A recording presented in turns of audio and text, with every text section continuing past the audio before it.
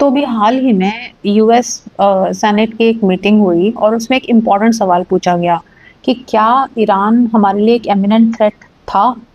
और जवाब इतना कंफ्यूजिंग मिला यूएस सेनेटर्स को कि सब शॉक में आ गए। अब आप सोच रहे होंगे कि यूएस सेनेट हियरिंग क्या होती है? तो यूएस सेनेट हियरिंग वहाँ के जो इलेक्टेड रिप्रेजेंटेटिव्स हैं विच आर कॉल्ड सेनेटर्स वो करते हैं और वो गवर्नमेंट ऑफिशियल्स को पब्लिक हियरिंग के थ्रू उनसे क्वेश्चनिंग करते हैं। और ये जो क्वेश्चनिंग होती है ये होती है ऑन इम्पॉर्टेंट नेशनल इश्यूज। तो आप सोच सकते हैं जैसे कि सपोज यहाँ पे कोई पार्लियामेंट कमेटी है वो इंडिया के मिनिस्टर्स को ग्रिल कर रही है।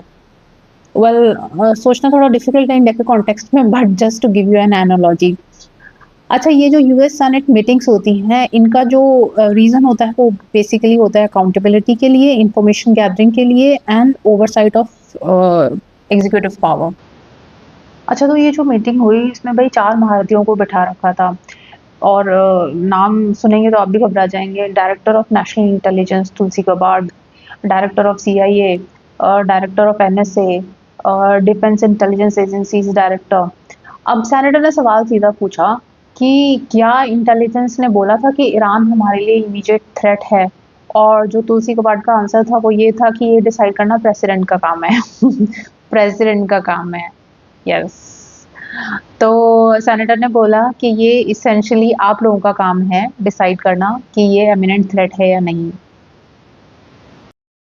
You are here to represent the IC's assessment of threats. That's a quote from your own opening statement.